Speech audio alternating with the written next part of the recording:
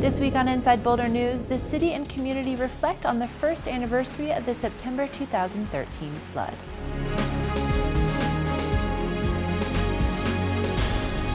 Welcome to Inside Boulder News. I'm Ashley Prill. September 2013 brought unprecedented rainfall to the region, causing significant flooding and extensive damage to many Colorado communities. Over a 5-day period, more than 18 inches of rain fell, and on September 13, 2013, Boulder County was declared a national disaster area. Damage to city infrastructure and public lands is currently estimated at $27.3 million, and private property damage estimated at $300 million. The flood tested the city, county, and community's resilience and resulted in many successes as well as lessons learned. The one-year anniversary provided a natural opportunity for cities and individuals to come together to share their stories. Many of the commemorative events fell under the countywide umbrella of BOCO Strong. On Wednesday night, the city hosted a Boulder Flood tribute where community members shared their personal experiences of hope and strength. We sort of came upon this house and knocked on a door by accident, really, and found an elderly couple in there that had been in there for about 3 days with, and they said, there's water in this other room, but we just closed the door, and the man was on an oxygen mask, and it was very obvious that they were completely paralyzed and didn't know what to do and hadn't asked anyone for help. And we found them really just by accident, and we got to work and worked well after nightfall, and were able to create a bevy far up the road to prevent this river that had been just streaming right into this room that they had closed off.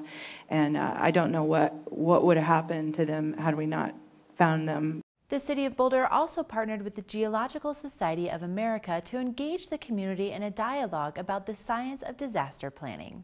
Researchers and regional leaders facilitated discussion on climatology, geology, and social behaviors related to the 2013 flood.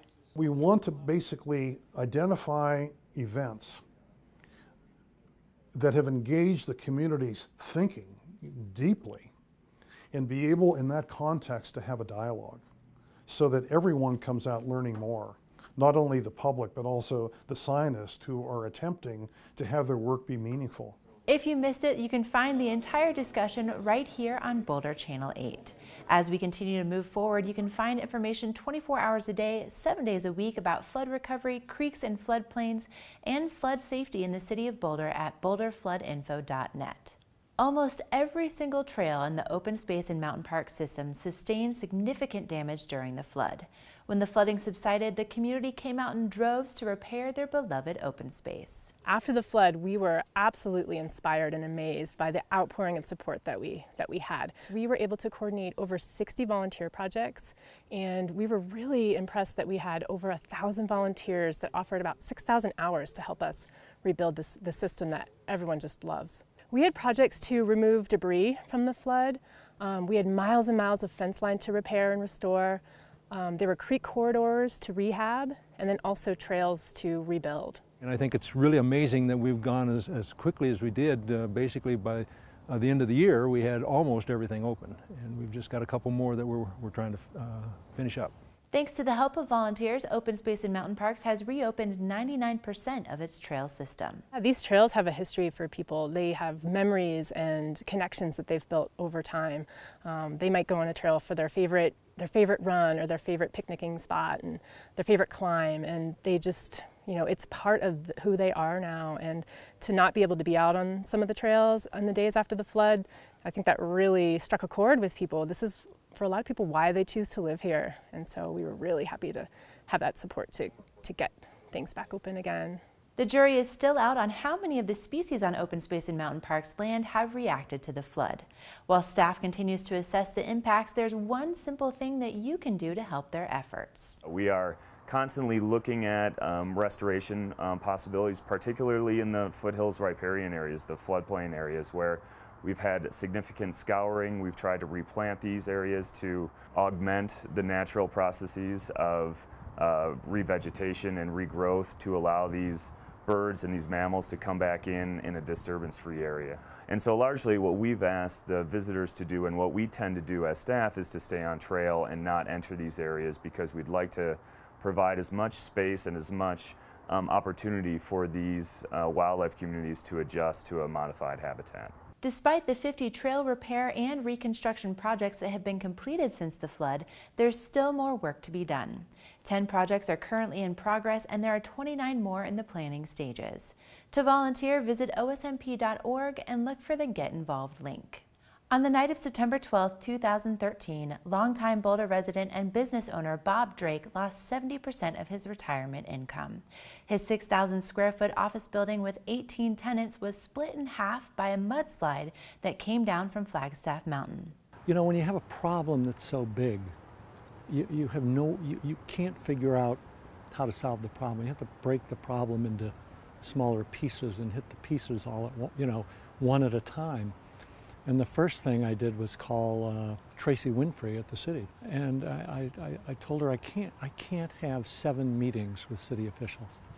I have to meet with someone from open space, which is right by the building. I have to meet someone with planning. I have to meet someone with engineering, utilities. And I said, I need them all in a room at once so that I can figure out what I need to do. And within a day, the head of the planning department called and said, you name your time, we'll all be there. Drake was able to get his building down quickly, but he's still dealing with the aftermath. This building, this lot, is not in the floodplain. It's not in the floodway or the floodplain. The farmer's insurance building just below mine, they didn't have flood insurance because they're not in the floodway. And I'm not sure flood insurance would have done anything here. Certainly it wouldn't replace the $1.2 million building. And it wouldn't have done anything for the $500,000 mortgage I still have on the building that doesn't exist. All of Drake's tenants were relocated, and many have said they'd come back if he ever rebuilds. In the midst of figuring out his next steps, he's still grateful for the support of the city. So it was just, at the worst time of my life, everyone criticizes government officials, but they were there. They haven't rebuilt the building. They haven't given me, I'm sure, going to have to go through incredible hoops to get a building rebuilt if I end up wanting to rebuild the building.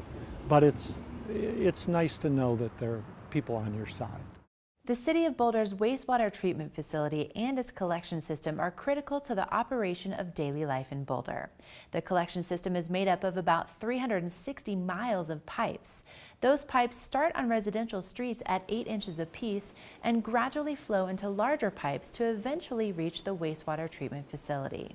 During the September 2013 flood, the system held up despite significant challenges. You know, the treatment facility actually did rather remarkable. If you think about it, the average daily flow at the treatment facility is about 12 million gallons a day. And during the flood period, we peaked at 50 million gallons a day, which is 4 times that flow. And we stayed at 50 or exceeded that for about 6 consecutive days. So although the facility was completely surrounded by water, it handled the flow just fine. Although the system held through the flood, several areas of weakness were brought to light and are now being addressed. The city's largest diameter wastewater pipe parallels Boulder Creek. During the flood, the embankment near 61st Street was scoured and the pipe became exposed. So when it was flooding, we just had to endure the period and watch it quite closely. Since that time, we actually have hired a consulting engineer and have completed a design. And we will be bidding that project to basically realign about 800 feet of that section. And we will be pulling the interceptor back from the creek about 50 to 80 feet. And so it won't be as susceptible to future flood flows at the embankment. Staff concerns about the amount of debris in the system resulted in a contractor being hired to run a video camera down through the sewer itself. Well, there was good news and bad news. The good news is we found very little debris because the velocities in the water were so high, it scoured it and basically moved it all down toward the plant. But in the inspection process, we understood that there is a lot of internal corrosion going on from in the concrete pipe. which is not atypical because the pipe is 50 years old and it's made of concrete and it has a certain lifespan and it's approaching the end of it. The proposed 2015 budget includes increased utility rates that will help staff assess the entire 360-mile collection system and rehabilitate aging pipes with new lining more quickly than originally planned. Well, we have been lining for the last 10 years, and we've been lining at a rate doing about 3 miles a year. And at that rate, it would take on the order of about 90 years to complete the system.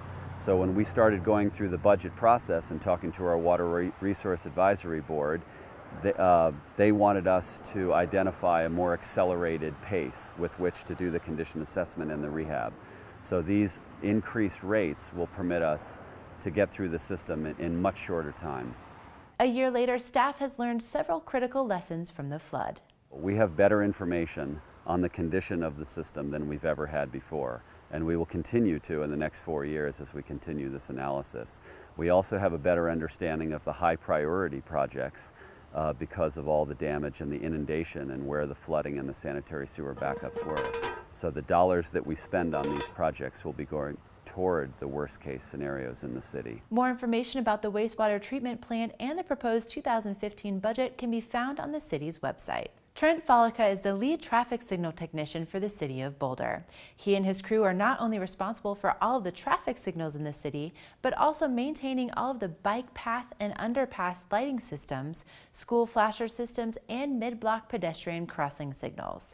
As water began to rise last September, the first priority for the signal crew didn't have anything to do with traffic. We were in the greatest fear that as all of those underpasses were overcome, like most of them were in town, that we would start to lose all of these lighting systems, and there's a lot.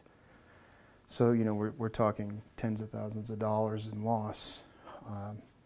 So we initially sort of, you know, created a strategic plan, if you will, and we went out accordingly and started to de-energize and disconnect all the power from the lighting systems.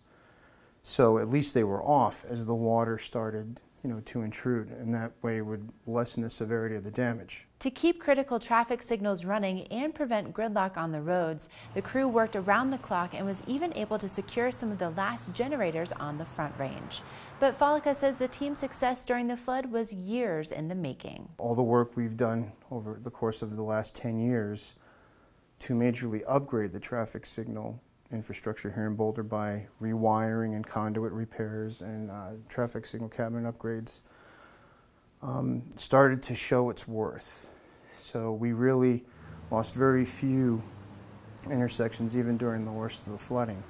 For the Boulder Valley School District, transporting precious cargo is nothing new. We transport somewhere in the neighborhood of 7,500 kids a day, and there's always problems that pop up with that. You know, there's always something, and so we try to be as flexible, provide as much service as we can, and always as safely as possible. Flexibility and communication were especially critical last September when Young got the call that Boulder needed 55 buses to help with flood evacuation efforts. It was the dispatchers who did all of that work. We brought them in that Thursday afternoon, and they just sat and started calling, asking people to come in.